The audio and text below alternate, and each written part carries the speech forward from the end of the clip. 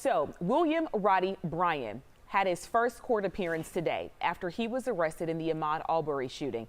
He is charged with murder. Police say Bryan recorded video of the fatal shooting in Brunswick back in February.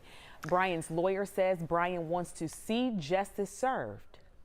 Mr. Bryan has committed no crime and bears no criminal responsibility in his death. Roddie passed a polygraph examination that effectively exonerates him of any criminal responsibility in this matter. Notwithstanding the arrest of Mr. Bryan, however, and the hardship that he and his family must now endure, Roddie and I remain sympathetic to the Arbery family and to their quest for justice for their son. 2 other men are charged in this case, father and son Gregory and Travis McMichael.